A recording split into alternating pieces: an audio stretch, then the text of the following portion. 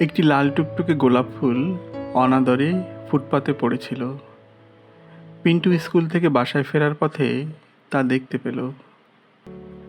সে আশেপাশে ভালো করে তাকিয়ে বুঝতে পারল ফুলটিকে কেউ ফেলে গিয়েছে। সে অতি যত্নে ফুলটি কুড়িয়ে নিল।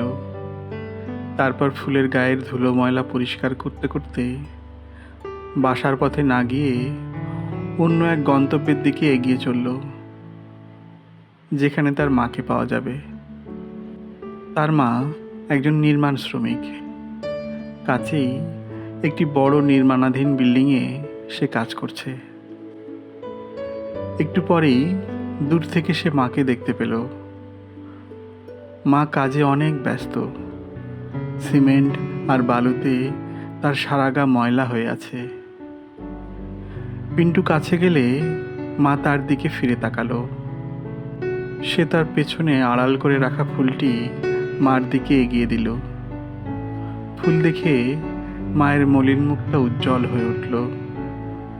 মা ফুল নিতে নিতে আনন্দিত কণ্ঠে বলল, ফুল কোথায় পেলি? সে বলল, পথে কুড়িয়ে পেয়েছি। মা বলল, খুব সুন্দর তো। ফুলটি সে ধুলো ময়লা মাখা অগোছালো খোপায় গুজে দিতে দিতে আনন্দিত কণ্ঠে বলল, এবার বাসায় যা। পোলাও আর ডিমের তরকারি প্লেটে ঢেকে রেখেছি, খেয়ে নিস। বাটিতে পায়েসও রাখা আছে। পিন্টু বাসার পথে রওনা দিল। সে ভেবেছিল মা হয়তো ভুলেই গেছে আজ তার ৮ম জন্মদিন।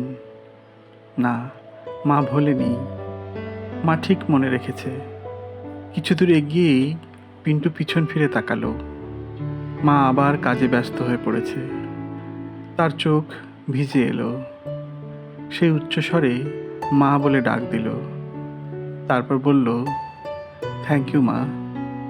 চারপাশে তখন নির্মাণ কাজের অনেক শব্দ হচ্ছিল। মা তার দিকে তাকিয়ে হেসেছিল।